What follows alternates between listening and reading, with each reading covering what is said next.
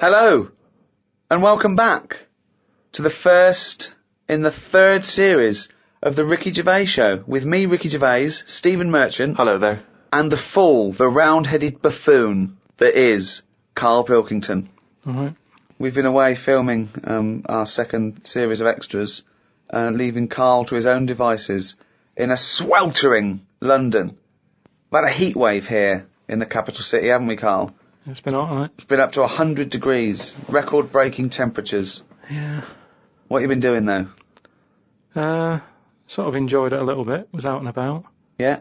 Getting to see the place, having loads of walks and that. I like to have walks. You know, watching what like people a dog. are doing. Yeah! When he jumps off the couch and starts scratching against the door. Suzanne thinks it's time. It's just good thinking time, though, isn't it? As well, having a walk. You've got no other clutter going on around you. And Right. you just think about a lot of stuff. And, you know, like say, with the weather being hot and stuff, a lot of insects knocking about. Right. So I've just been watching them. So while we've been filming a TV show, you've been watching insects. Yeah, just seeing, because everybody knows insects are out there, but no one's keeping an eye on them. What are they up to? What are you worried about? Loads of Steve, you wouldn't be laughing like that if you'd watch them, because they do some weird stuff and that, is what I mean. What sort of stuff? Any examples? I saw a bee have a heart attack. You saw a bee have a heart attack. Yeah. How were you sure it was a heart attack? Because what happened, I'd been Did it clutch its chest with all 6 legs? No, Were there some other little bee paramedics? No, I'd just been out in the park anyway, just looking at, you know, caterpillars knocking about, butterflies and stuff, so I was sort of aware. So when Suzanne goes to work, she goes, Karl, don't you waste the day. Just because you don't work at the radio station anymore, I want you to do some constructive stuff. And you go, yeah, I am, yeah. And so in your head suddenly goes... And he goes out, oh, there's a moth. But the thing is, so I'd been in the park and I was aware of the insects that are around us more than, like, most of the time. And I come out of the park, just crossing, like, sort of a busy road and what have you, and I saw this bee to the right of me, sort of in the air, and it was a big one, and I was a bit like, oh, let's watch that. And it just fell. It fell from the air in front of me, and it was on the pavement, and I thought, oh, what's going on here? And I looked at it for a bit, and it was really still, gave it a little kick, just to see if there was any movement. Nothing. Stone, sort of, what's the saying? Stone cold dead. Yeah! Stone cold bee dead. So, yeah. that I like was, the fact that this bee suddenly saw Karl and had a heart attack. Yeah. It'd never seen anything that round before. Yeah. It just thought, it had approached him because he thought it was a sunflower. My God, it's a giant walking orange. Every dream has come true. No, but it just summed up life for me. I thought that's like us, isn't it? At the end of the day, they have heart attacks, stress. You put it down to stress, do you? Well, it's in London, isn't it? You know, everything has stresses from living here. And they are bald, aren't they? They've got fur all over, but they lose the... And always overweight. It was a fat, bald bee. Oh. So what did you... It fell to the floor and you instantly... You just kicked it. You didn't attempt No, to I waited a revive second and just looked at it to see if there was any, you know, leg movement or wing. And there was nothing. And then when I sort of kicked it, it was sort of hard. It had hardened already. It's just... Rigor mortis had set in. Did it put you in a bad mood for the day? Because I know things like that can just send you over the edge for the day. Death and that does a bit. Suzanne doesn't like me talking about death. What riveting conversations do you come up with? No, just things like one of our mates has had a baby recently, and I just was saying, oh, when that's sort of our age, we'll nearly be dead. Think of that. That's the first thing he says, there's a new life brought into the world. I know. But when he's our age, we'll be dead. Yeah. No, it's Maybe weird. they'll let you do the speech at the christening. Yeah, it's just, you know, so like I say, just insect life and that, it's interesting. You say it's interesting, but do you care about really finding out about them? Do you really care about what bees do or what ants do? You look at them and you make up your own world. For example, it had a heart attack, it's stress, it's overweight. You know nothing. I could probably, won't you look something up? You know, honeybees are fascinating. You know, honeybees, they've been around making honey for 100 million years. That's incredible. Their wings beat over 11,000 times a minute. And he's thinking, no wonder it had a heart attack. Yeah, exactly. But in fact, do you know, bees, like ants, are actually like specialised wasps. They're sort of developed from the same Family. Huh? Family, like. Well, yeah. It doesn't surprise me. Doesn't surprise you, though. Does it interest you in any way? Well, everything's linked to something, isn't it? It's like how they say away from monkeys and that. Yeah. It's all the same sort of thing. Yeah. Well, yeah, I've been watching loads of stuff. I've been watching ants. You mentioned ants. I've had a lot of moths in the house. They're sort of sad. I mean, you say it like it was a garden party. No, it's just all these things. You look at them. I mean, you go into the scientific bit saying, you know, it likes honey or whatever. It doesn't like honey. The reason they store honey is to get them through the winter when there's not like nectar, or nectar's hard to get, and they store it. And they store too much, which is why we can skim a little bit off the top. We're like agents. Yeah, well, but all I'm saying is I look at more about what its life is like. As Well, no, you don't. You don't. You guess. You make it up. You don't look into it at all. No, but you can. A bit of guesswork is you're pretty close to the truth most of the time. Why? What do you mean? Well, that statement sums you up. A bit of guesswork is pretty close to the truth. Because if you watch something long enough, is what I'm saying, you can see that it's a bit clueless. It's the same way about ants, or, you know, they're hard workers and all that. I watch one, it's going back and forth all the time. They go one way and then they stop and go the other way. They try to look busy in front of the mates. But if you watch one long enough, it's back and forwards, and it's like it's done nothing there. I'm going to carry this twig back and forth until I can knock off at 4. There's a lot of that going on. Is there? Because there's not. There's none of that going on. There is. No, like I say, the moth, depressing little sort of thing. Why is it depressing? Just the way it hasn't got eyes, has it? You just look at it, it doesn't know what's going on. I just don't. I think if you haven't got eyes, you shouldn't have wings.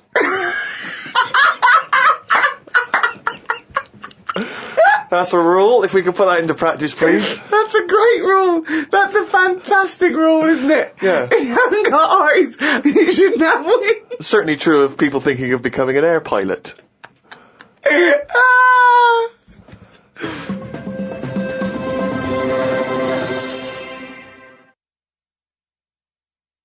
You know, whilst you've been working on that, I've been travelling about a bit, just seeing the country and that. Went to Dorset, right? Nice beach there. And you know those huts you get? Like a hut on the beach, and where you get changed? You can get changed in it, but they're better than that. It's like you can put a telly in it, sofa if you want. Oh, you don't mean the Victorian changing huts? Yeah, you mean those like sort of things. It's sort of bigger than that. Yeah. And we were walking down there, and there was a really sort of big fat family in one of them. There was about 4 of them, and you could tell that they've never had a game of anything. Do you know what I mean? They just sit down there, eating ice creams, looking at the sea and what have you. And the weird thing is, the little fat kid, the youngest one, who must have been, I don't know, about 8, he was really fat to the point of you couldn't see his neck. Yeah.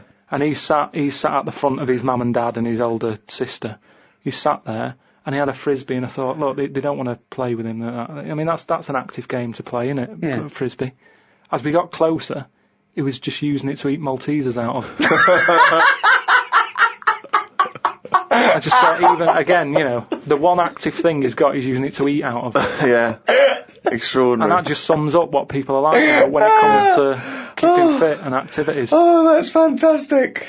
Were you sporty, Rick? I was, yeah. I loved it. I absolutely loved it. Were you good at it?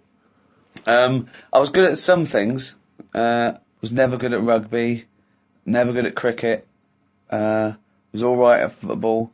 But those things were the more competitive things that were scary. So at my school, when you're surrounded by, like, people that the fun is hurting someone. Well, it's weird you say it, because I remember the first day I went to play cricket, my mum said, as I was leaving, I was really excited about playing cricket, she went, be careful. I was walking across a playing field once, a cricket ball hit me on the head, I was unconscious for 2 hours. Freaked me out. On the way to play cricket, I thought, okay, always scared of the ball, because it's obviously, as you say, rock solid. I remember a couple of seasons later, I had to play rugby for the first time. As I was leaving the house, she went, be careful with rugby. I knew a kid once broke his back playing it. I was terrified of rugby. I was terrified of it. Such a scary game. The ball came to me, I got rid of it immediately. It's mental. Yeah. I don't understand. What I remember is, I remember a teacher saying you've got to play it very carefully because you can get seriously injured, you can hurt yourself, you can be crippled for life. I remember thinking, why are we allowed to still play this game at school? I was worried about cracking heads. Yeah. And a finger in the eye. How is it not bad? That worried me all the time, a finger in the eye. But they removed the asbestos from schools in the 60s and 70s. Yeah. But rugby... I It's know. allowed to play. It's mental. Yeah. See, I had a mate called Mark who liked playing cricket, right? And when I used to say to my mum, "Oh, I just want to go out with Mark and his dad to play cricket," and she never used to let me go. She'd go, "Oh, I prefer, you didn't." And I used to always think that, it's because it's a dangerous sport. You can get hit on the head by the ball and it's hard. Put an eye out or whatever.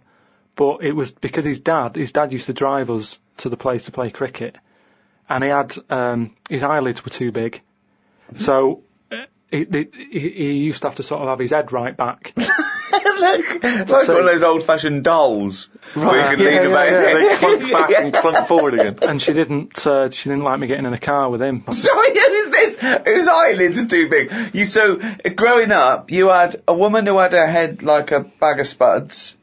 I didn't know her. No, you had 2 kids at school with webbed hands and feet and big heads. Yeah.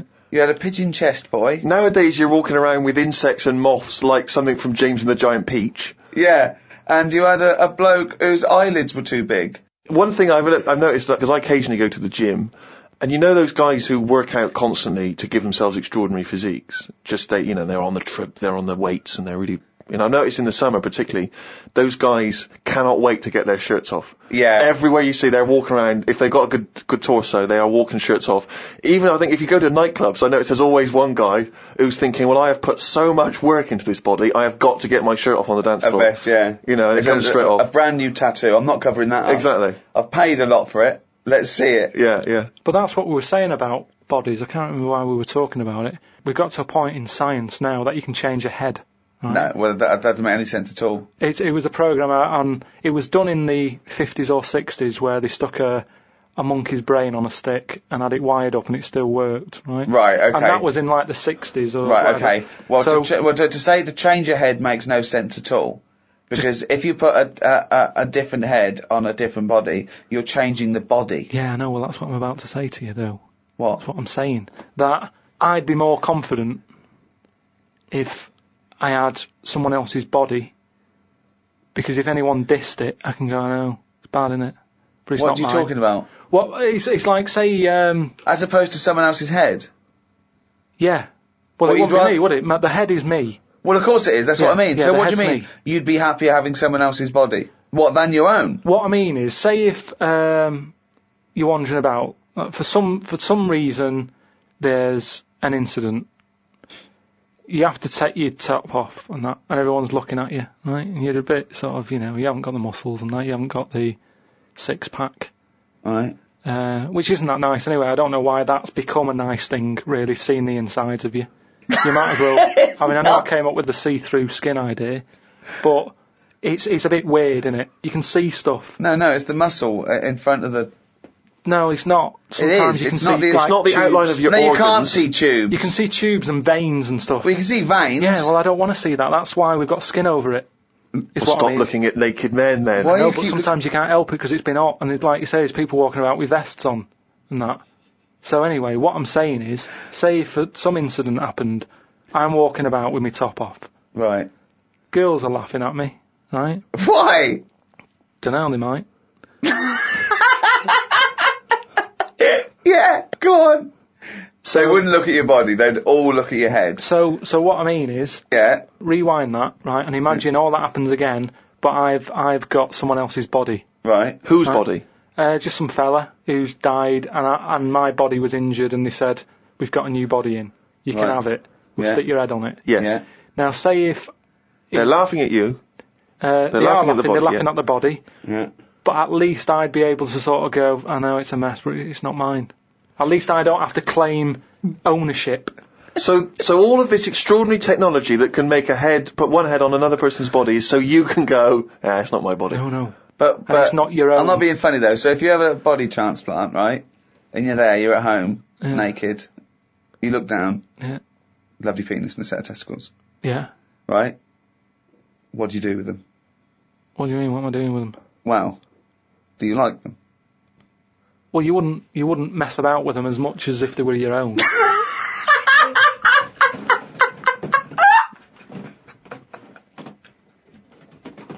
But if you did mess about with them, would you feel guilty that you were messing about with another man's testicles and penis? And it's the full body. Yeah. No, because they're not my hands either.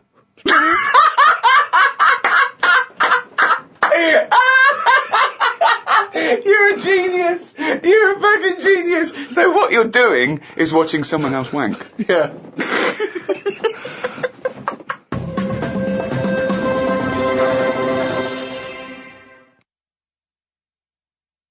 Well, one thing Karl has been doing over the past few months is writing his diary. He's kept that up. I don't know what he's had to write about. All he's been doing is looking at moths and ants and bees and going for walks. But I'm sure it's all in the diary. So, let's have a look at that. Oh, I don't believe he's only going to write it down the... We went to the park and had a brew. Suzanne read the paper while I played with a ladybird. I mean, it's like a child, isn't it? It's like what a child would do. Suzanne read the paper while I played with a ladybird. His only friend is a beetle.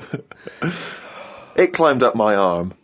It struggled on me hairs. This is in detail then? Yeah. It kept stopping every now and then and was rubbing its head with its right arm.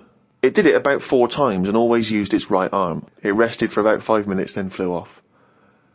Sunday. Had a bit of a to-do with Suzanne because she wanted a lion today. I ate this. Once you're awake, you should get up. I got up and put the radio on really loud. She eventually got up. I told her insects don't have lions, so we shouldn't. Why are you obsessed with insects? You must be fucking unbearable to live with.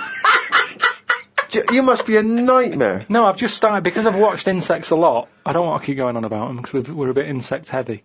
But at the end of the day, if we copied insects, we wouldn't go far wrong. I don't know what you mean though. 1 minute you're saying they're great, then the next minute you'll slag them off.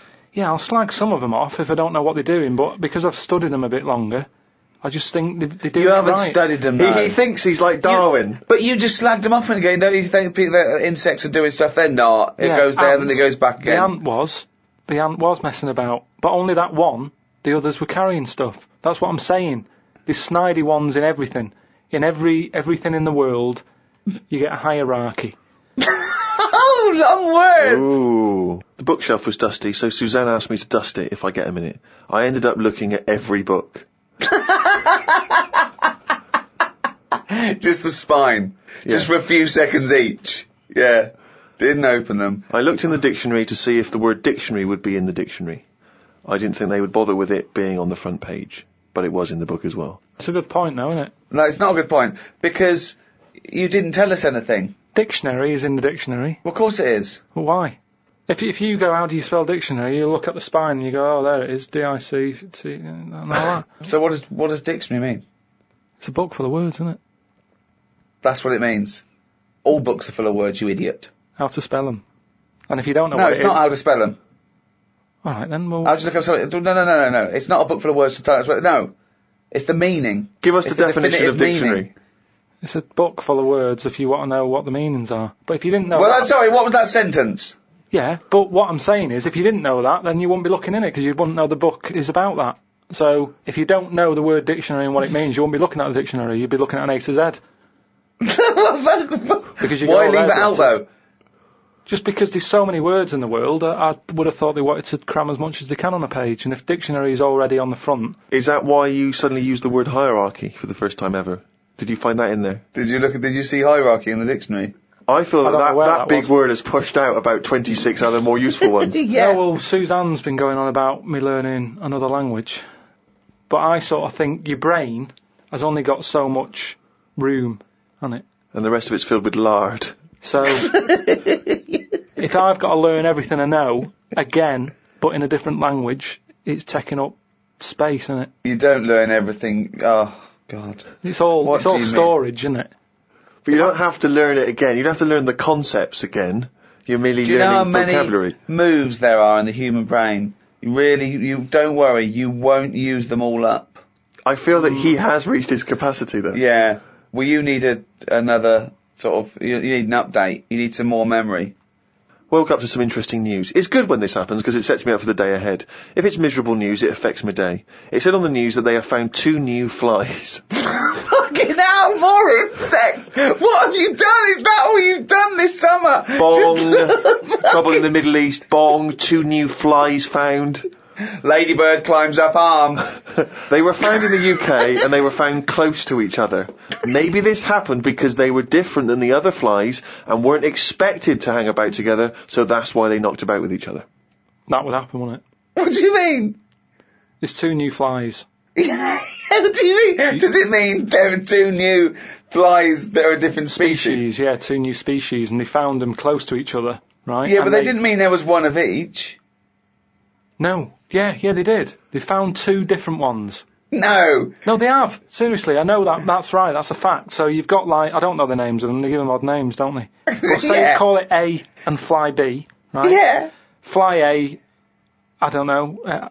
Say that's orange. This is just... B. Fly B, yeah. No, this is painful. No, but This I'm is just painful. making it easier But for Fly B you. wears a little hat. He's got a little hat. All right, yeah, fine. Now, they found the orange one and went, look at this over here.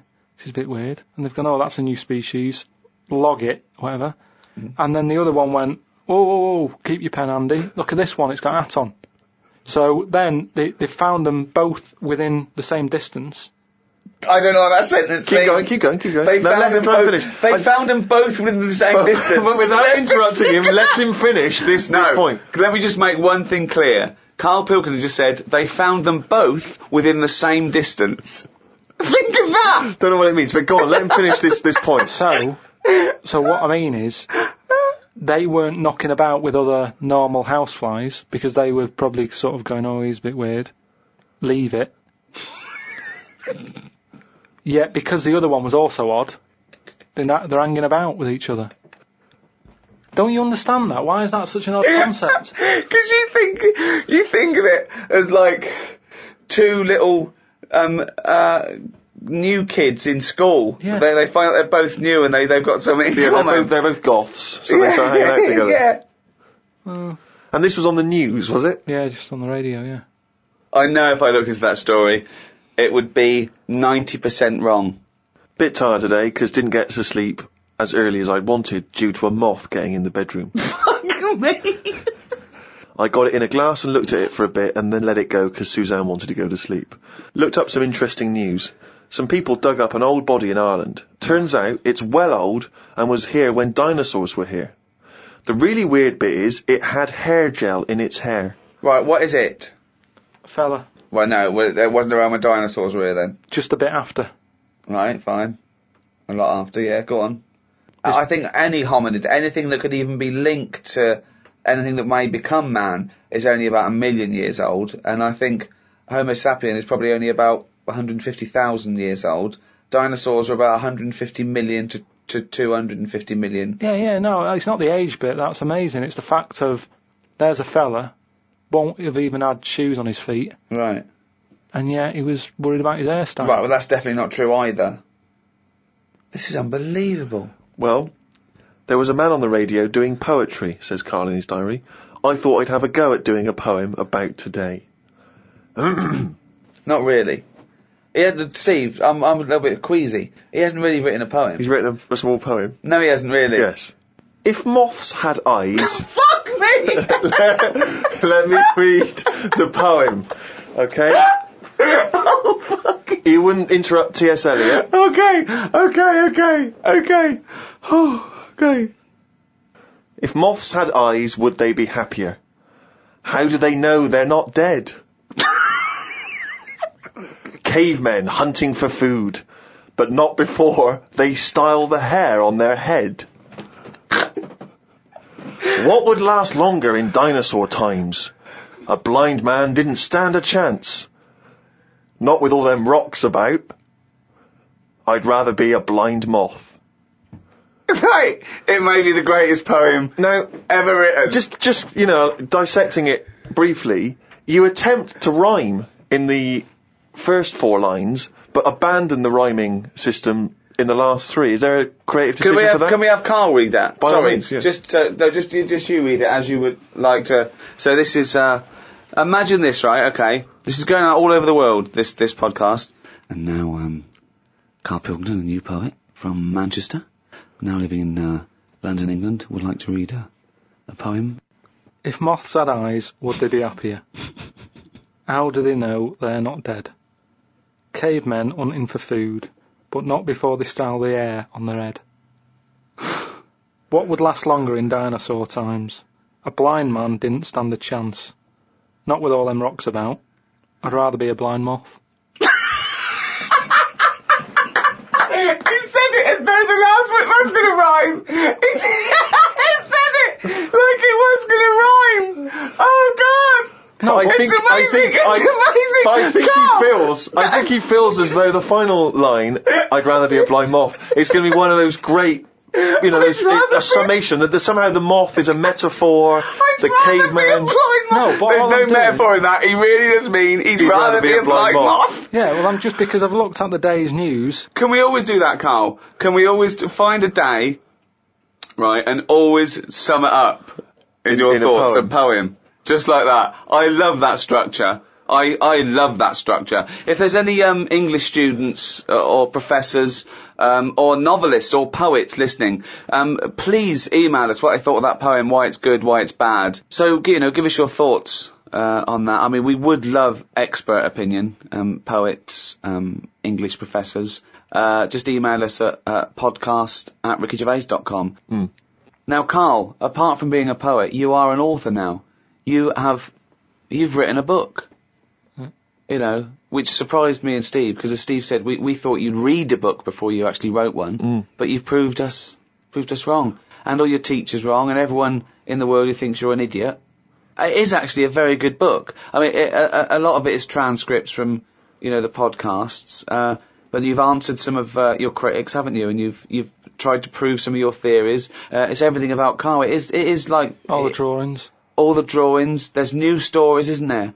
I mean, there's so much effort. I can't believe it. He's been working on it for months, and it's out on the 18th of September. But you can order it now, can't you, on Amazon.com and Amazon.co.uk. What's that book called? It's called The World of Karl Pilkington.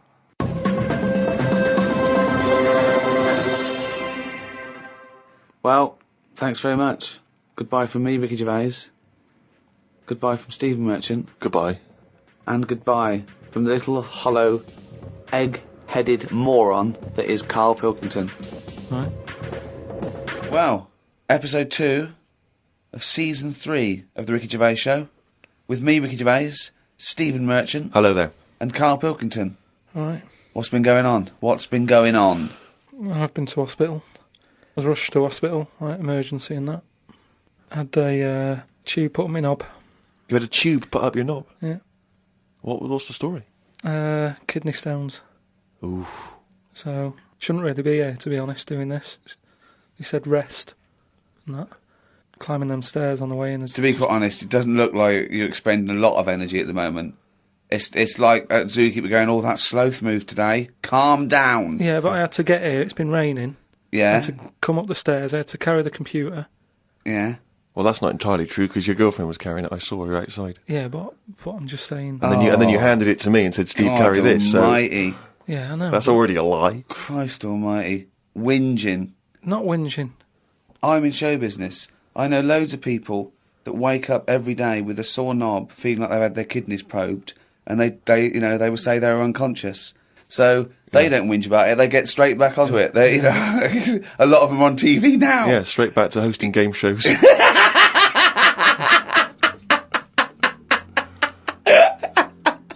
So you're rushed to hospital. So take us through the events, because it does sound quite dramatic. You started feeling a bit of pain, did you, initially? I felt a bit of pain, and I thought, maybe I've just pulled a muscle or something when I've been wrestling with Ricky and that, because you don't know what damage has been done. So I just think, it'll go in a minute, and then it didn't. It got a bit badder. It got badder, did it? So then I thought, I was crippled. I was lying on the floor in agony, looking on the internet, looking for sort of still solutions. Looking at Monkey News. No, I just put in like bellyache and stuff, and they were saying it can be loads of different things. And what I used to do when I was a kid, I used to always just get a cold ashtray and put that on my belly, and the coldness used to get rid of the badness. Amazing. The coldness got me. It's like a witch doctor. yeah. This is like A witch doctor happens to work in a pub. it's like some sort of 5th century remedy Yeah. written in mud. Coldness doth get away with the badness. Why specifically an ashtray? Just because they sort of old cold. They're old cold. I don't know what this is. I love this idea that he's at the operation and he comes round and they're talking to him and his girlfriend gets a phone call and they say, Mr. Pilkington's maybe complications. He's just talking rubbish. She goes, oh, good. Yeah, he's back to his old self. What? Why specifically an ashtray? Sorry, because it's old cold. I understand it's old cold. Oh yeah, we understand. Everyone who's done a medical degree understands old cold, but old cold belly madness. If you want to buy that book, Old Cold Belly Madness, it's the history of abdominal surgery by Karl Pilkington. No, it just But do you put it in the freezer or something first? You can do if you want, but they're normally cold anyway. It's sort of thick glass and that it holds the cold. But we don't smoke in our house, so I had to use a plate. Oh, well, that's madness. A plate's not going to work. Famously, a plate doesn't work. No! Oh, So you put a plate on your belly, but that didn't do any... That didn't work. So called Suzanne and said, oh, I'm in agony here. She said, go to the doctors then. Good advice. So a lot of people would have done that straight away, as opposed to going through the plate ashtray. So he went to hospital and he went to hospital and he said, have you got an ashtray? They went, no, especially an ashtray. This is no smoking. So anyway, so then we get in a cab and what have you, go there. I have an X-ray. His voice is even more boring than usual, Extraordinary, isn't it? Yeah. Fuck me. And they put me on a drip and everything. Give me some morphine and stuff. And found out that I had kidney stones. So that's why I was in hospital. And they get them out by... I don't know what's gone on, to be honest. I've got some tube inside me. From my kidney to my bladder. That's helping me stuff get about. And so there's a little tube up the end of your knob into your... Yeah, it's not there now. It's high up. Right. So it's high up between my kidney and my bladder. But why didn't you have the thing where they go in the side? You had the choice to... Because I said to the doctor, I'm not a doctor. I said, what do you think... He went, stop putting yourself down, Karl. He said, we need you in the operating theatre now. He just said, I said to him, what should I have done? Because he said, if you want, go home and we'll get you in again or something. Something like that. And I said, no, I might as well have it done properly. Have it done now whilst I'm here. Sorry, the choice was have it done properly or go home. It was something like that. He said there's something you can do, and I said, oh, flush it out. No, because it's too big. It's something like 7mm. And it's basically because you don't drink enough water. Yeah. So anyway, I said, what do you think I should have done? And he said, tube up the knob. And I said, not my favourite one of the choice, but if that's what you think. So he said, yeah, have that. He did me little diagrams, which didn't help. He was like showing... How big did he draw your knob? Sort of normal size. Yeah? Was it? It was all right. You weren't offended by them? But he wanted into detail. It's just, more the tube and stuff in your bladder and your kidney. What was your ball bag like? Did he draw that? He didn't do that bit. He left that bit out. Okay, right. But he said, we'll just pop that up there. And then that's when Ricky turned up to visit. Came in laughing at me because we sat there in like my underpants and stockings. In stockings? Yeah. Why were you He was there. No, he wasn't in bed. He was sort of out of bed with his little drip, right? He had his little boxer shorts on, just sat there, right, in his pants, right, and he had stockings on. Yeah, because they stop clots or something. They put them on your legs. It's like, when people have got big veins and they go on a plane. Right. Yeah. You said you're not a doctor. No, but I've seen it because Suzanne's mum did it, and she put them on ridiculously early, like 3 days before we were going away, and she'd never been away before, and everything was like over the top. Do you know what I mean? She's like, I best put them on. And so I put them on, and they I don't know what it is. It's something when you're under, your blood doesn't move about the same, right? And it can clot up in your leg. So you wear these tight tights. And I came in to cheer him up, didn't I? Yeah. Was that a nice cheery experience, him coming in? I had a headache at the time. I think I was a bit stressed out. Well, he's just the man you want at that point. Yeah. He reassured you, I imagine. Well, it's weird how it suddenly all happened quick. It was like as soon as he came in, it's like they got the finger out. And when I say Not that, literally. I mean Yeah. suddenly I was being rushed down to, have my stuff done. And I woke up and there was an Irish woman over me going, "Are you all right? You all right?" And I said, "Oh, it's stinging a bit." She said, "I'll give you some more morphine." And I sort of put my head up to have a look at my tackle because I wanted to see If it was still there. what was attached to it. Do you know what I mean? Because they said something about they might leave some string hanging out of it so they can pull the tube out. It makes you talk. So, I had a look for that. Couldn't see any of that. Yeah. But as she put the morphine in, all the muscles in your body go funny. My head just collapsed. Your head collapsed. I sort of looked up to look at my stuff, but then she said, "Oh, you just need a little bit of morphine," and she put that in, and I just sort of went, "Oof." And then they sent me home about 2 hours after. But I'm in agony now, and Are you in agony right now as we speak? yeah, certain. Now, are you a man who's had this kind of hospital experience before? Is this your whole first time? I don't go to hospitals and stuff because I don't like them messing about. But it does make you think now. Do you know what I mean? Like life and everything. It's weird how it's all happened in the last month. From seeing that bee sort of die. No. Well, not really. No. This is not a near-death experience. It is You had a little bit. routine operation to remove kidney stones because you don't drink enough water. No, I know, but This is not a shark attack. yeah, but it's all life-threatening. Otherwise, you wouldn't have to fill out forms, would you? Saying if everything goes wrong, Suzanne can have the house or whatever. And then you find out more about the body as well, which has been sort of doing me head in a bit. You're more aware of stuff in your body, which I don't like knowing about.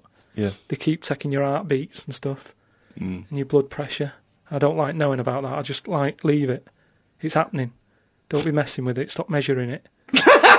Stop measuring it. No, do you know what I That's mean? same with a knob. It's that thing of like they put that thing. That's what on. the anaesthetist was doing when you were under, wasn't it? Yeah. He was comparing the diagram to the actual thing. Oh, God. The fella across the way from me had the same thing as me, but he'd had it a couple of days ago when he was in agony. So that doesn't help when he's saying, "Oh, I've been to hell and back." Like, don't tell me that. Sure. I don't want to know. Just say it was all right and stuff. So it just the whole thing of a hospital is stressful. You know what I mean? They wake you up like every half an hour in the night, saying, "How do you feel?" It's like, "Well, what? It's 3:30. What are you doing?"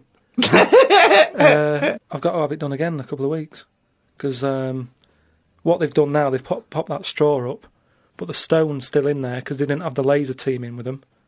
Blast the stone, and then that time they're probably going to leave a little bit of string out the end. Then they have to go about 3 days later and they pull it out. Tell you what though, when you are because when you're in hospital, you've got a lot of time just to sit there and think about stuff.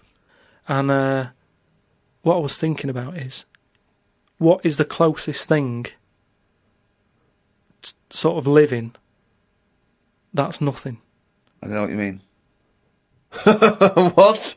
What's like the closest, like, do you know at some point something's gone from nothing to something, hasn't it? No, I don't understand what you mean. Something, at some point people were nothing, and then something happened and they were something. Do you know what I mean? But they were never nothing, were they? Do you mean what is the first and lowest and most primitive and most simple form of life? No, He's right here in this room, Rick. say like when you look at a stick insect, Right. you go, right, there's a slight crossover there from a stick to a living thing. No, it's not. It didn't used to be a stick. No, it's not. There's no biological relationship between it and a stick. But there isn't much difference between the two, is what I mean. Of course there is. It's a huge There isn't. difference. They just sit there looking like a stick. That's their skill. Yes, but there's nothing to do with being a stick. It's like camouflage. That's like saying when a soldier puts on combat gear, you're saying he's a cross between a human and a shrub. He's not a cross between a human and a shrub. No, is he? but that's man-made From a distance, stuff. you can't see him. That's the same as the stick No, insect. but that isn't what I'm saying. What I'm saying is, have you seen them weird things that just look like they sort of look like a leaf? Yeah, there are insects that have evolved to look like a leaf. So a bird thinks, oh, There's no tea there. No, that's but not a juicy insect. It's a leaf. I don't eat leaves. But at Forget some point, something has had it away with a leaf. No! What? At no point has something had it away with a leaf. No, to make it look that much like a No. leaf. At no point did a beetle shag a leaf. There's nothing on a genetic level or molecular level, anything to do with it having anything to do with a stick or a leaf. It's superficial. It's the way it looks. That's all it. That's like saying chameleons must have mated with green once. They are green. No, but it looks like a leaf. What I don't understand is It has evolved to blend in perfectly with its surroundings and fool predators. But then how does it meet? How does it have relationships? It will be going around sort of having it away with a leaf. No, it won't, because it doesn't know what it looks like. It doesn't matter. They do it with pheromones and attraction, and it's not like a stick insect will be talking to a stick for ages and go, "Oh, I've wasted my time here. This club's dead." Rude. I was chatting to her. She was foxy, but she was giving me nothing. But Dave, that's not a stick insect. That's a stick. What are you talking about? That's a stick. You've been talking to a stick all night. I thought, I can't believe it. I just thought she had a great slim figure. no, it's actually a real stick. But I've been reading a lot about, I like spiders and stuff, just reading about them. And there's one, right? It's got big legs. Yeah. Doesn't use them. It goes around floating in the air on a bit of webbage. Like a He kite. just took a gamble then, didn't he? He took a gamble. He thought, do you know what? I'm going to go with webbage. Don't know if it's a word, not sure, but I could just say web, and I'm going to go with webbage. I'm going to risk it. And it didn't pay off, did it? Webbage! But that's how it gets about. It's in the air like a kite. Yeah. And it's just floating about. I've seen one, yeah. So that's what I'm saying about weirdness.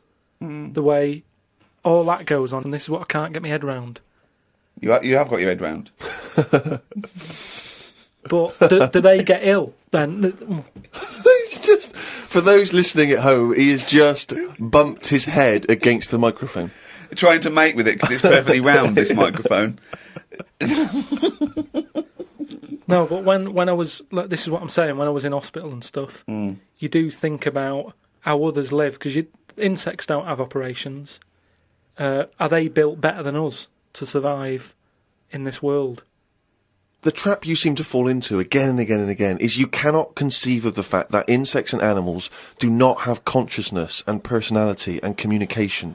They do not function in the way that humans do. You've seen so many Disney cartoons, you believe them now to have a life and wear bowler hats and go to work. But just in the same way that the cavemen didn't have Flintstone-type cars and have a little house, But you then, can't seem to understand that animals don't work in that way. But what I mean is, you're saying that no animals or insects know anything, yet when you see them things on nature programmes where a load of ants are having a walk, there's always one at the front who's leading it all. So one of them's got to know something. First. Or there are leaders in. Yeah, but the other ants are going follow him. No, they're not. They're not. They're not vocalising that in any sense that you understand it. No, they're not saying follow him, but they sort of look as if to sort of say, I'm going this way. Without cognitive speaking. reasoning. It's not made a conscious decision to act in that way. Yeah, but this is when you If a raindrop falls on a bird's beak and it moves away because instinctively it's hardwired to be wary of things which drop on its beak in case it's dangerous. It's not thinking, oh crumbs, I better get out of the way. It just does it because it's somehow hardwired into it to act that way. But it doesn't stop for a moment and think. Which we don't really, except we then are able to rationalise our fears and our actions. Well, I've been watching birds more than insects recently. Oh, okay, you moved on from in the insects. last week, just because I've sort of looked at the ant and the bee and that. And what I've found with pigeons is they've got wings, yet they walk a lot. I'd love that to be a thesis where he got like a £500,000 grant from a university, and I said, well, Pilkington he's done ants and he's done bees. He's followed ants. Apparently they're not doing anything. Some of them are lazy. We are granting him another £500,000. He's been working on it for a year. Please welcome Karl Pilkington. Karl, what have you found? Well, even though pigeons have wings, they walk a lot. No, but even in times of danger, one was crossing the road and a car was coming, and you'd think that its head would say, best start flying. Yet it just walked faster. Well, what's he doing? It was doing stuff, wasn't it? It saved a bit of energy. Takes a lot to take off, doesn't it? Yeah, but it's either that or you're going to get crushed. But it didn't get crushed, did it? No, I don't think it did. No. There you go. They knew what it was doing, didn't it? Yeah, it just annoyed me. That's all. It's got a power, and it's not power. They're all superpowered. These animals. But that's why he thinks of the stick insect as like that. You mentioned earlier that's its power, that's its skill. Like Spider-Man was bitten by a radioactive spider, and now he can solve crimes and swing with webs with webbage, using his webbage. Whereas, stick insects it's not a superpower. But say if everything was at the same size as us, what would be the best thing to be? Say like a tarantula. Yeah. And a tiger. What would happen there? A 15-stone tiger versus a 15-stone tarantula. Yeah. Well, I'd imagine the 15-stone tarantula. Right, so it's just weird that, innit? It's a good job that they're small. Yet things are getting bigger because we're messing with the world. But it's a ridiculous thing to say, isn't it? Because what would it eat? 15 stone. Well, it wouldn't happen anyway, because insects have insects and arachnids and invertebrate arthropods in general, they have a critical mass because they haven't got lungs. They breathe through things in their side called spiracles, and if it gets too big, the surface to volume ratio isn't big enough to allow it enough oxygen. So the biggest you'll find is like a foot long beetle or somewhat weird. It's like big that. though, isn't it? Yeah, and that's about as big as they get. So I wouldn't worry about it. Again, based on nothing, he queries you. And also, it's not a case that one that'll be born too big and can't breathe. It won't happen. That's why they're only that big, because. But it's like fish, isn't it? How they say about a goldfish. Yeah. That thing about a woman who went on holiday and stuck it in a bath. Mm. She came back, it was 7 foot. Right, that didn't happen. No, that's a well-known thing about goldfish. No, it's goldfish. not a well-known thing. What? I'll tell you why. Because a fish will only grow to its surroundings anyway. So... Yeah, that's what I'm saying. You have to put it in a bigger tank. Yeah, in a bath. No, a 7-foot fish in a bath, it just fit the bath exactly, did it? When she got back off holiday... Don't talk shit. What was it eating? What was it eating? How long was she gone for? 2 million years? Yeah. She went to Mars and back. Yeah. It's just that fish are weird, aren't they? Well, no, that's a bollocks story, once again. No, I don't know where you've heard it or read it. It's a well-known story. A 7-foot goldfish in your bath. But, no, fish are weird. Ted, you're not going to believe this. Come up here. Well, how many fish do you see that have naturally died? That's the weird thing. What do you mean? Just ping-ponging around these ideas in your mind. You just never see fish sort of just floating about in the water and you go, oh, died of old age. It's always been caught by a man or a shark's at it. You don't just see dead fish washed up, do you? When you think of the amount of fish... Not when you think of the amount of fish that are in the sea. There's loads of them, and yet you never... Because they're eaten straight away. That's what I'm saying, though. Are they eaten when they're dead, or are they just being eaten? Well, most things like that don't die of old age. Yeah, that's weird, though, isn't it? Well, no, because it's a jungle out there. Yeah, no, that's why I said I wouldn't want to live in the sea. Because you've got. Are you sure you're not on morphine as we speak? No, but in the sea, you've got to be constantly sort of alert, haven't you? Yeah, but that's true of all animals. No, worse than the sea. The sea is like full of. You've got an enemy round every rock. I love it. I love it. It's like a warning to crabs Exactly. and young squid. It's like the policeman that comes into your school. Yeah. What advice would you give? Okay, then. What advice would you give? Some plankton. Now, what advice would you give a 2-week-old octopus? And what am I? Am I an octopus? No, you're you. We've set it up that it can understand you with some sort of one of your inventions to talk to the animals. One of your brilliant inventions is just a watch you strap on its tentacle and it can understand human talk. I'm sure you'll come up with that one day. What do you say to it? What would you say to an octopus, a young octopus? who wants to set out by himself in the sea? Stay close to the rocks. And just let it know about the thing about it can get into a small space. You know, if you look at an hole, don't go, I can't get in there. And sort of squash it and show itself. I can roll it into a ball and sort of say, look at that. Is that hurting? I love the fact that the drugs make no difference. It's like there's no difference. Oh, God. Because that's the only thing that's got in it. It's boneless. So that's its special power. That's what it can do. You can roll it up, and as long as it knows that. But that's the problem with a lot of powers, isn't it? That's the same thing about how people say don't have a go at bees because they're not like wasps. They don't sting you because once they sting you, they die. That doesn't know that, does it? It's also not true, but yeah. Do you know what I mean? It doesn't know, so it's not like the bees going around going, I'm not going to sting you because I'll die if I do. What's your point there? I don't understand. I'm just saying... We shouldn't dislike bees. Well, how do these creatures know what to do? Instinct. I suppose it's like that story you told me about the scorpion, isn't it? It's that, innit? What, the scorpion and the frog? Yeah. What, the fable? Yeah. What was it? It was a frog. The scorpion needed to get across a river, and it said to a frog, can you give me a lift? And the frog said, well, no, of course not, because you'll sting me. You're a scorpion. And he goes, well, no, why would I do that? If I sting you and I'm in the water and you drown, I drown. And the frog went, good point. So the frog gives him a piggyback, going across the river, halfway across, the scorpion stings the frog, and the frog's dying. And the frog's going, no, I'm going to die, and you're going to die. So why did you do that? And the scorpion said, because I'm a scorpion. What do you think that was meant to point out? Just sort of be careful who you help. No. It's meant to point out that you are what you are. You are your nature. No, but it's also that thing of like... I'm telling you, it's nothing to do with if you're what the frog was... driving and someone's hitchhiking, don't pick them up because... No, it's nothing to do with the mentality or the reasoning or the anything to do with the frog at all.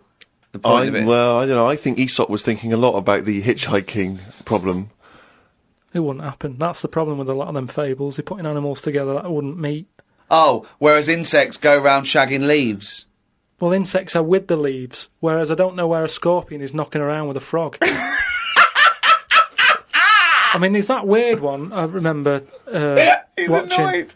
I remember hearing something about this lizard that sort of gets pally with the scorpions, even though they're not mates, they don't get on. But they've kind of got this agreement that the scorpion can live in their house if they guard it.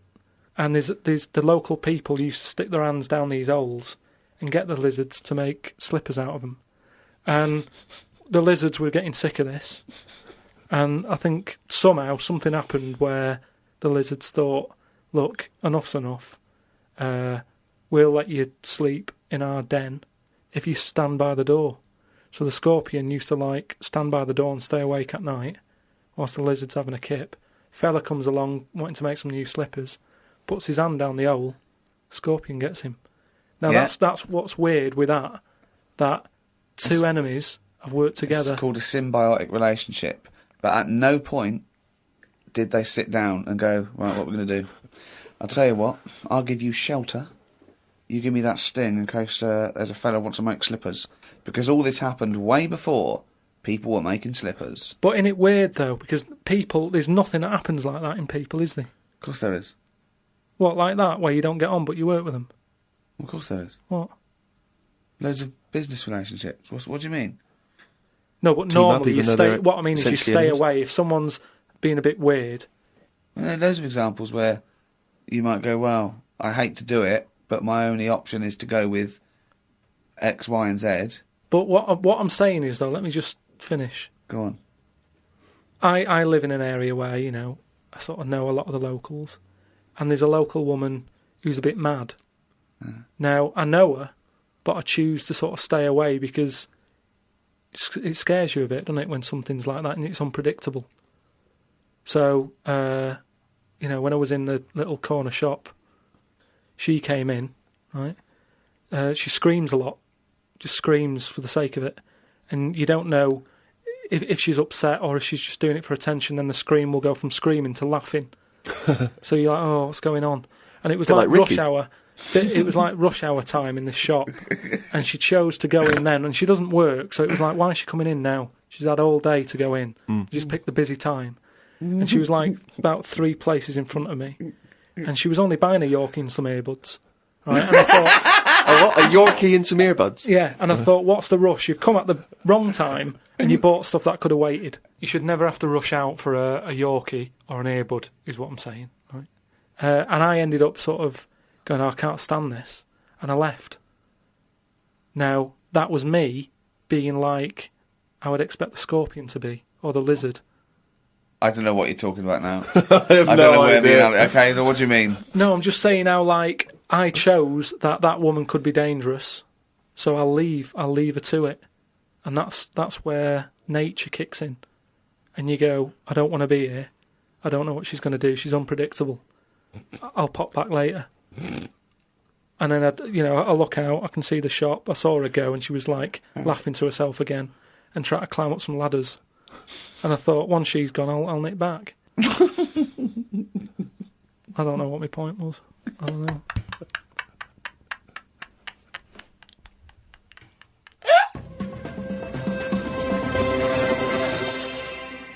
Oh, he's only got to reel it down.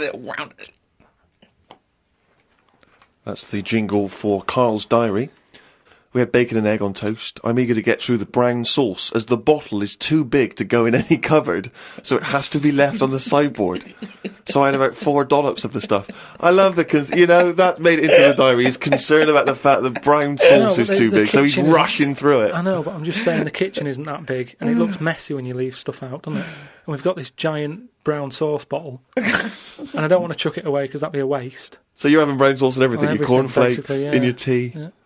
A wasp got in the flat. You know trouble's brewing. It was massive. The biggest wasp ever. Suzanne asked me to get it out, but I wanted to take a picture of it first.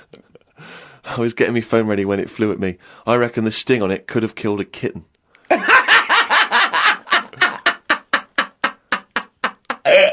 So specific. It ended up flying out the window on its own. Drama averted.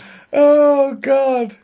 We went out for tea. You're always in a cafe. That's what this diary. You spend so much time in a cafe. There were loads of flying ants. I kept kicking the table because I could feel them on my legs. I wouldn't be that jumpy normally, but I still had flashbacks of the giant wasp from the morning. Suzanne told me to stop being stupid because I was ruining her night out. A night out in a cafe. Brilliant. Oh, what was it, her birthday? And flashbacks from an incident. Yeah. Like he's some sort of, war veteran. What is it? It's the wasp. It could have killed a kitten. Bought some wallpaper. We got back and got on with it. The wall that we've papered before has got a big mirror under it. We papered on top of it again. I ended up reading my phrase book while Suzanne did the rest of the tidying up. Now, what's your phrase book? This is just you trying to master English, is it? It's just a book that tells you little sayings and how they came about. An interesting phrase is potluck. It came about when all people ate is stews. They used to chuck all sorts of stuff into the stew. You stuck your spoon in, and sometimes you got something nice like beef, or you could end up with a bit of frog. It's potluck.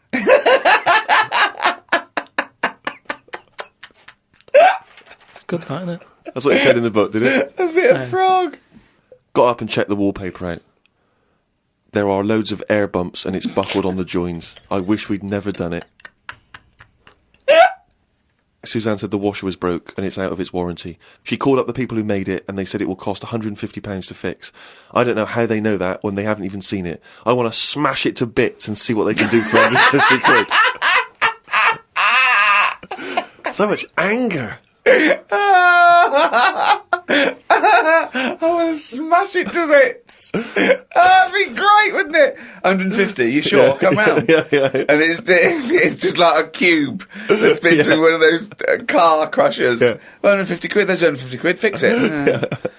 I watched the news and calmed down a bit because there was a story about some Siamese twins who are having an operation. They've got 2 heads, 4 arms, 2 legs, 1 liver. The doctor said they will have 1 leg each. I felt bad worrying about the washer when people have bigger problems like the Siamese twins. Ricky and Steve asked me to do a poem about one day a week, so I thought I'd do one today. I can't obviously do it justice, so I should let the master read it. You've done another poem? Yeah, you said, just do one. If you have a day where you've had a lot of emotions. Well, I loved the poem, and so did the listeners, and I knew they would. So if you can do that every week, that'd be a joy for me. You can't force a poem, though. No, I know. So a diary's easy to do, because you just write down what you're doing.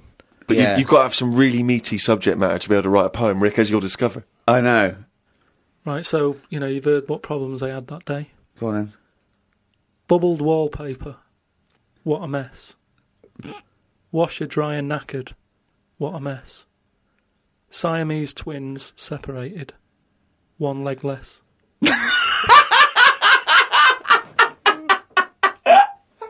I don't know what rhyming scheme that is again. Oh, God. Oh, God. Oh.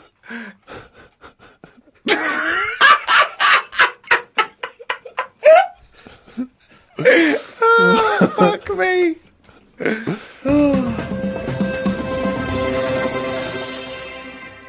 Well, there you go. That's the end of episode 2 of Series 3 of the Ricky Gervais Show. More next week. More drivel, more diary. Another poem, I hope. Maybe. Just more news and stuff. From me, Ricky Gervais, Steve Merchant. Goodbye. And Karl Pilkington. Right.